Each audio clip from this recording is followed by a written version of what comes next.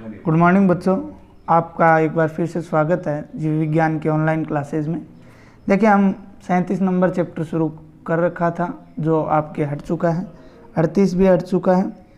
आज हम जो है आपके चैप्टर नंबर 39 की बात करेंगे। उसके बाद में 40 दो ही चैप्टर आपके रहे हैं मेरे हिसाब से, तो बाकी और कोई चैप्टर रहे हैं तो आप मेरे को बता देना, हम अध्ययन कर लेंगे। बाकी मैंने जो सिलेबस था उसके बारे में आपको बता दिया है, कितना आपके रहा है कितना नहीं रहा है। तो आज हम 39वें चैप्टर की शुरुआत करेंगे जिसका आपके नाम है प्रतिरक्षा तंत्र। प्रतिरक्षा तंत्र, इंग्लिश में इसको बोलते हैं इम्यून सिस्टम। प्रतिरक्षा तंत्र, आज ये नया जो चैप्टर है इसकी शुरुआत करेंगे। इस चैप्टर में कोई परिवर्तन नहीं किया गया है, पूरा चैप्टर जैसे कि जैसा था वैसा हमें पढ़ना पड़ेगा। तो देखिए, प्रतिरक्षा तंत्र में सबसे पहले तो हमें प्रतिरक्षा तंत्र क्या होता है इसकी परिभाषा जो है वो आनी चाहिए कि इम्यून सिस्टम जो है वो होता क्या है। तो सबसे पहले हम प्रतिरक्षा तंत्र है इसकी परिभाषा पढ़ेंगे। प्रतिरक्षा तंत्र, देखिए प्रति और रक्षा का मतलब सुरक्षा करना। देखिए, जो भी जीव है वो जन्म लेने के बाद उसके जीवन में कभी ना कभी वो क्या है, बीमारी पैदा करने वाले कारक जो होते हैं, जैसे वायरस हैं, बैक्टीरिया हैं, इनके द्वारा क्या है रोग ग्रसित कभी ना कभी ज़रूर होता है। इनके द्वारा क्या है, कभी ना कभी वो संक्रमित ज़रूर होता है। अब इन बीमारी पैदा करने वाले कारकों से बचने के लिए हमारे शरीर में एक तंत्र पाया जाता है, ठीक है ना। बीमारी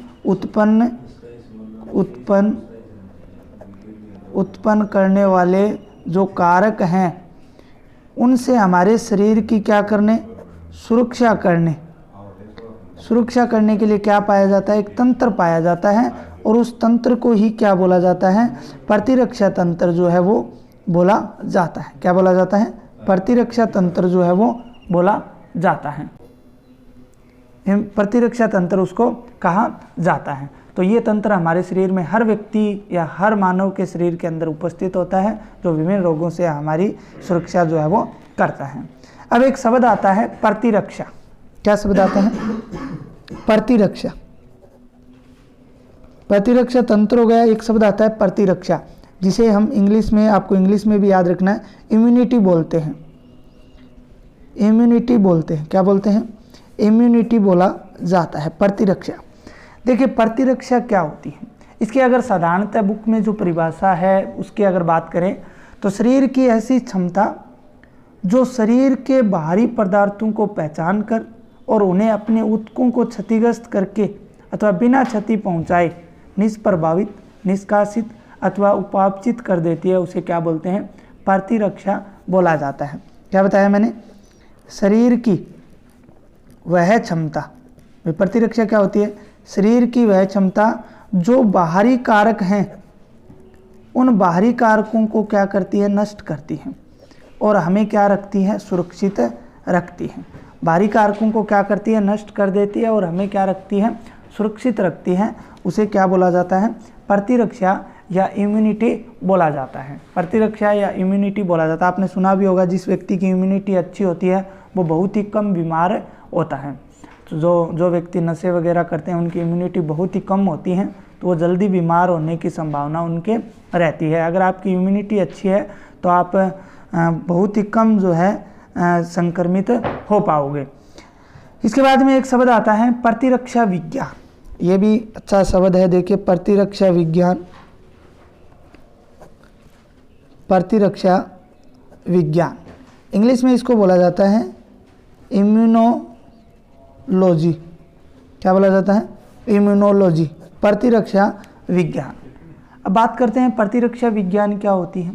तो देखिए, प्रतिरक्षा का जिस विज्ञान के अंदर अध्ययन किया जाता है, प्रतिरक्षा का जिस विज्ञान में हम क्या करते हैं, जिस विज्ञान में अध्ययन करते हैं, प्रतिरक्षा का जिस विज्ञान में अध्ययन करते हैं उसे क्या बोला जाता है, प्रतिरक्षा विज्ञान जो है वो कहा जाता है या इम्यूनोलॉजी कहा जाता है।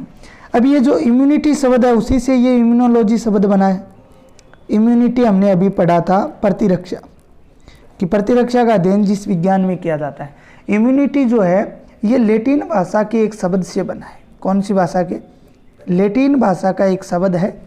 और कौन सा शब्द है? इम्यूनिस। कौन सा शब्द है? इम्यूनिस, IMMUNIS। इम्यूनिस शब्द से बना है, जिसका अर्थ अगर हम बात करें तो होता है free of burden. Free of burden अर्थ होता है, अर्थात हिंदी में अगर बात करें तो विभिन्न रोग कारकों से सुरक्षा प्रदान करने की क्षमता। विभिन्न रोग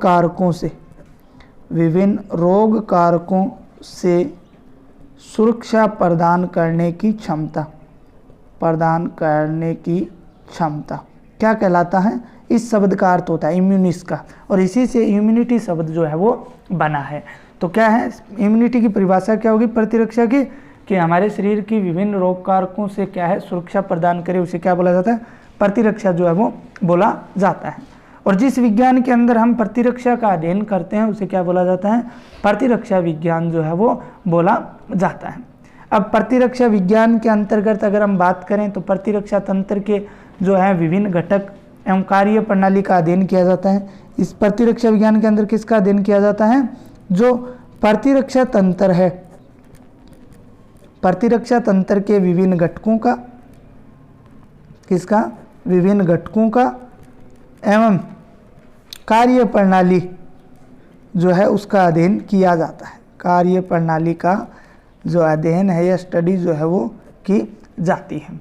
प्रतिरक्षा तंत्र रोगों के लिए क्या प्रदान करता है? प्रतिरक्षा प्रदान करता है। तो ये तीनों शब्द आपको याद रखने, प्रतिरक्षा तंत्र, प्रतिरक्षा और प्रतिरक्षा विज्ञान, तीनों एक जैसे ही शब्द हैं, तीनों का अर्थ भी एक ही निकल रहा है।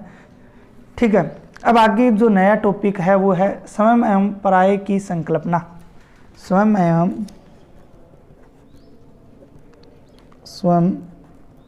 एवं